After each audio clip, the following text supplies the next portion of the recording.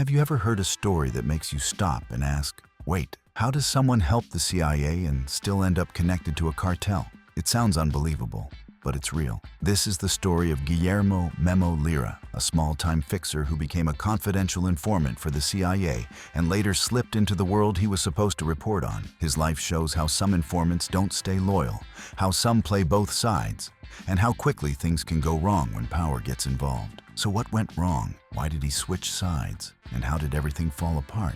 Today, we break down the choices, temptations, and consequences behind one of the most surprising real-life double lives. If you want more true stories explained in simple words, make sure to like the video and subscribe to the Narco Files.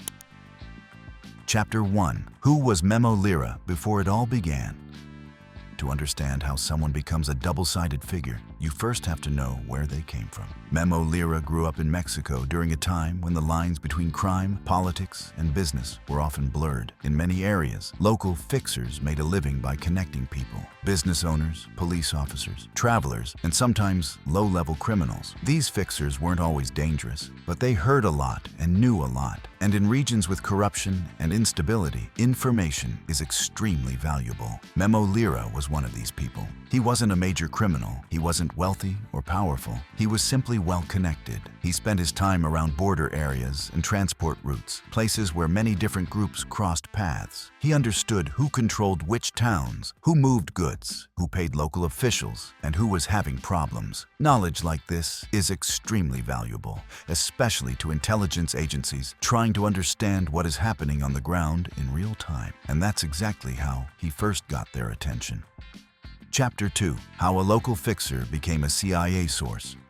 Contrary to what many people think, the CIA doesn't only rely on trained spies or undercover agents. Most of the information they gather abroad comes from local people who have access to places or conversations Americans cannot reach. These people are called confidential human sources, or simply informants. Memo Lira became one of them. U.S. intelligence officers in Mexico often need tips about who controls certain regions, which criminal groups are active, who is trustworthy and who is dangerous, how local corruption works, and how smuggling networks operate. Lira fit perfectly into this role. He knew the streets, had contacts across different areas, and understood how messages, goods, and money moved. The CIA hired him not as an official agent, but as a low-level source, someone who provides information without training, security clearance, or a formal role inside the agency. People like him are extremely useful, but also risky. Informants are not always honest, not always loyal, and often expect something in return. For Memo Lira, being associated with the CIA gave him something he had never experienced before: a sense of importance, a sense of protection, and eventually, a way to impress people in the criminal world. It gave him connections, influence, and confidence, but also temptation, pushing him toward choices that would pull him deeper into a dangerous double life. Chapter 3. The temptation begins.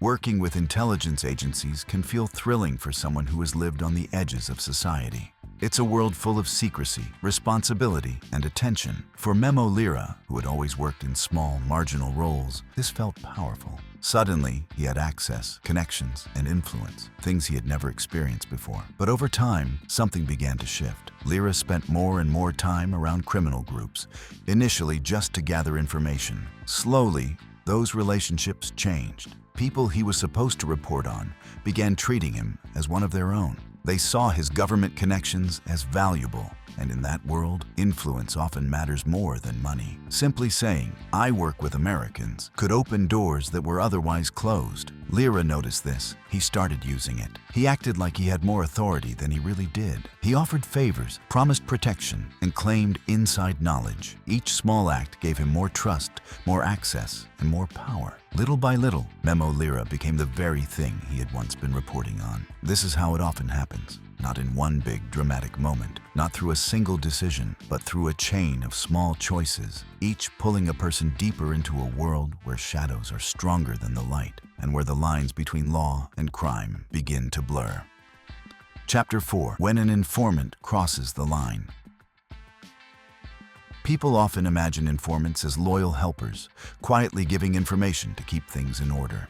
But in reality, some informants play both sides. Some even use their position to gain personal power or profit while staying under the radar. That's exactly what happened with Memo Lira. Instead of just being a source, he began using his role for personal gain. His knowledge of smuggling routes, border operations, and corrupt networks allowed him to help certain people move goods safely. And because he was connected to US intelligence, he seemed untouchable.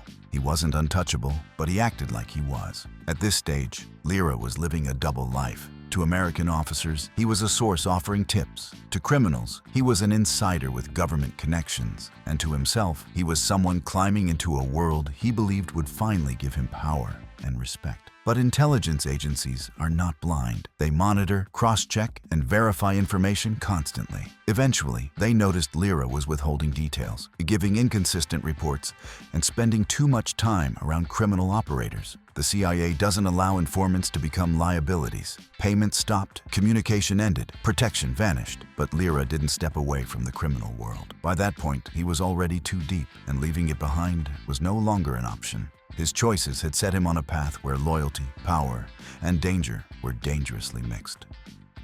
Chapter 5. Falling into the cartel world. After losing his connection with the CIA, Memo Lira faced a choice. He could walk away from the criminal world and try to live a normal life, or he could fully commit to the environment that had already pulled him in. He chose the second path. Without the CIA, he had no protection. But he still had something extremely valuable: information. He knew border routes, corrupt officers, weak points, and communication channels. He had knowledge that criminals wanted. And in that world, information is just as powerful as money. Lira started moving beyond the role of a middleman. He became more involved in operational work. He didn't become a famous drug lord or a legendary figure, but he became important inside certain networks. He advised groups on law enforcement risks, helped them avoid detection, and connected people across regions. Essentially, he became a trusted part of the machinery. He wasn't the top boss. He wasn't running a multinational empire. But because of his past as an informant, he had influence and credibility that others respected and sometimes feared. And it was in this position, with power but no protection, that his world began to crumble. Chapter 6. When both sides turn against you. Living a double life rarely ends well. Eventually, both sides start losing trust. For Memo Lira, the cracks began to show. Criminal groups questioned his loyalty. Government agencies suspected he was manipulating them. Local authorities were already watching his connections closely. And in time, it all caught up with him. Mexican officials tied him to organized criminal operations and opened a formal case. His past work with the CIA became public through court documents and media reports. The moment that information was out, any protection he thought he had vanished. Once exposed, someone playing both sides becomes valuable to no one. Criminals don't want a former informant. Intelligence agencies don't want someone who betrayed their trust.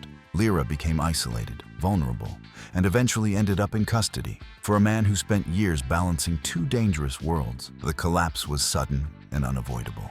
And with that collapse came a powerful lesson. No matter how clever or connected someone thinks they are, living in two realities at once is a risk that eventually catches up. Chapter 7. The real lesson behind the story. Memo Lira's story isn't about glamour or power. It's not about thrilling action scenes, dramatic shootouts, or secret agents taking down criminal empires. Instead, it's about how one person searching for identity and influence can get pulled into a world far bigger than themselves. His story reveals the dark side of being an informant. Informants are not always stable. They are not always honest. And sometimes, instead of helping, they become part of the problem. Lira believed his connections with the US government could protect him forever. At first, those connections gave him influence, access, and a sense of safety. But eventually, that same relationship became the very detail that exposed him and destroyed his criminal career. In the end, he learned a truth many never face. You cannot serve two masters. You cannot manipulate two worlds at the same time. And you cannot escape the consequences of your choices. His rise and fall serve as a warning within intelligence circles. A reminder that informants can be unpredictable, and the wrong person in the wrong position can cause far more harm than good. At the end of the day, how does a CIA informant end up connected to a cartel? It wasn't a dramatic twist. It wasn't a secret mission gone wrong, and it wasn't because he was a criminal mastermind. It happened slowly, step by step. As Memo Lira crossed lines he was never supposed to cross. He trusted his connections too much. He thought nothing bad could happen, and he let the wrong kind of power pull him into a world he could not control. So the real questions are, what happens when someone tries to live in two worlds at the same time? How long can someone hide the truth before everything breaks? Memo Lira's story shows how even small choices can lead to big consequences. Thank you for watching. If you want more real stories explained in simple words, make sure to like the video and subscribe to the Narco Files. It helps the channel grow and allows us to bring more stories that show how the world really works.